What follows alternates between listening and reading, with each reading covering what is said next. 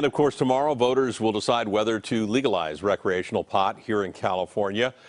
What exactly will Prop 64 mean for safety on our streets? Well, only on 5, Joe Vasquez goes on a ride along to try to find out. When's the last time you ingested or smoked weed? What's up?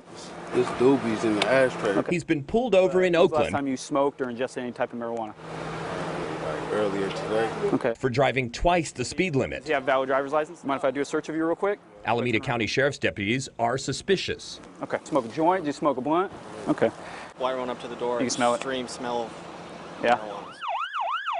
There's a public perception, especially here in the Bay Area, that driving under the influence of marijuana is just not that big a deal. The belief is that people slow down and thus are just not that dangerous. That is not true at all. What's on probation for? I have yet to see somebody that drives under the speed limit. Let me see that one too. 10 or 15 miles under the speed limit while, have a seat, being under the influence of marijuana. So I stopped you, you're driving without your lights on right now. That's anecdotal. But what does the science say? Well, not much so far. There is no device to measure breath for marijuana, and blood tests are unreliable. In Colorado, which already has legalized pot, they do have a blood test, but there's a problem. Somebody could have a 5 nanogram level and not be impaired. Somebody could have a 1 or 2 nanogram level and be impaired.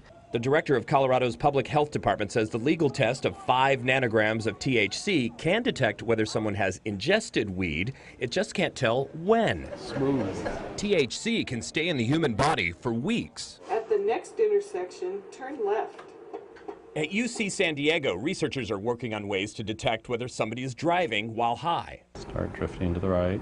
Participants either smoke a weak joint, a strong joint, or a placebo, then drive in a simulator. So you cannot simply take blood or take saliva right now and say whether or not a person is impaired to be on the road. Okay. Relax your eyes and I'm going to do the other side, okay? Until the science comes along, Open wide. police are left to conduct field sobriety tests, So my first test, okay? which can look quite different for alcohol and marijuana. Same thing. Go ahead, stand with your feet together, hands down your side for me. Put one foot in front of the other on that line. Compare the relatively steady walk of the driver who admits to smoking pot to the wobbly stumbling from another man who was later pulled over for drunk driving.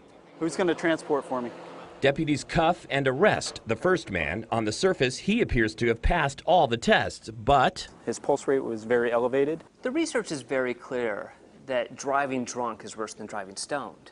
However, the bulk of the research suggests that driving stoned is still worse than driving sober. And Bo Kilmer, a researcher with the RAND Corporation, says if it's legalized, people could choose only to smoke and drive instead of drink and drive, in which case the streets would end up being safer. But people might decide to mix the two, which could make things worse. If we see an increase in the number of people that are driving under the influence of alcohol and marijuana, we should be worried about traffic safety. Joe Vasquez, KPIX 5.